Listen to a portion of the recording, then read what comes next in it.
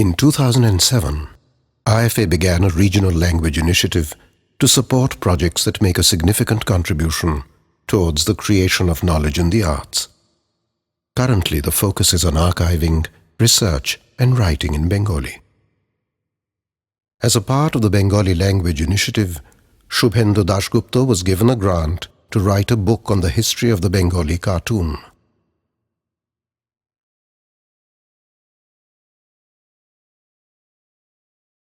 Shubhendu Dasgupta's pioneering work raises critical issues not just about the history of the Bangla cartoon, but also about the way the Bengali regards himself.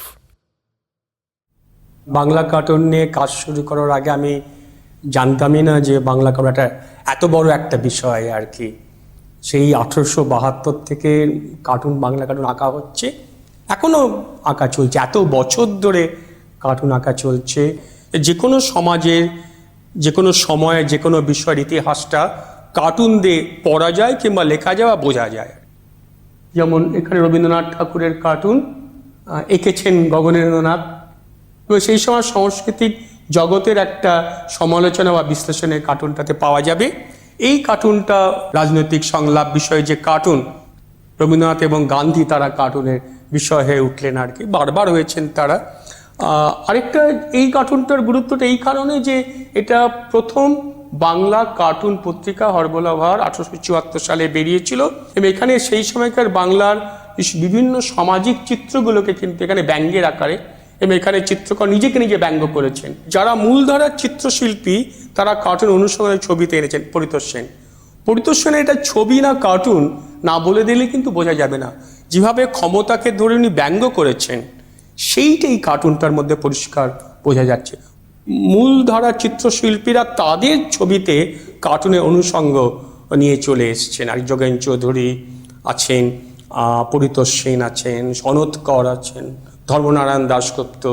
এরা যে এমনিতে তারা খুব বিখ্যাত শিল্পী, কিন্তু তাদের ছবি যদি খুব আমরা খুঁটিয়ে দেখি তাদের মধ্যে কিন্তু কার্টুনের অনুষঙ্গ বলে, যদিও কার্টুনকে অবহেলা করা হয়েছে চিত্র মাধ্যম হিসাবে, কিন্তু চিত্রকলার অনুষঙ্গ বা ঢং হিসাবে কিন্তু তাকে অবহেলা করা যায়নি, তাকে রেখে দিতে হয়েছে।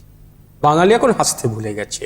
যেমন বাংলা কার্টুনও নেই, হাসির নাটক নেই, হাসির গান নেই, হাসি নিয়ে লেখা নেই, কিচ্ছু নেই। তো এইটা আমাকে একটু ভাবায় যে যে সময় বাঙালি নিজেকে নিয়ে এত বড় সমালোচনা করেছে কার্টুনের মধ্যে দিয়ে, হাসির মধ্যে দিয়ে, সে কি আজ নিজেকে সমালোচনা করতে চায় না? সে কি খুব খুব গুরুগম্ভীর, ভারী হয়ে যেতে চাইছে আর কি? এটা কিন্তু খুবই ভাবনার বিষয়। এটা হালকা চালে বললাম হয়তো, এটা সত্যি ভাববার বিষয় যে কেন আমাকে সমালোচনা করার, আমাকে দেখার, আমাকে বোঝার এত সুন্দর একটা মাধ্যম ছিল কার্টুন, সেটা কেন আমি ছেড়ে চলে আসছি? আমার মনে এটা আবার ফিরে যাওয়া দরকার। এটা আবার ফিরতে হবে, আবার নিজেকে নিয়ে ব্যঙ্গ করতে হবে, আবার হাসতে শিখতে হবে এবং হাসির কার্টুন আঁকতে হবে। বাংলায় আমার জীবনানন্দ, বাংলা প্রাণের সুখ। আমি একবার দেখি, বারবার দেখি, দেখি বাংলার মুখ।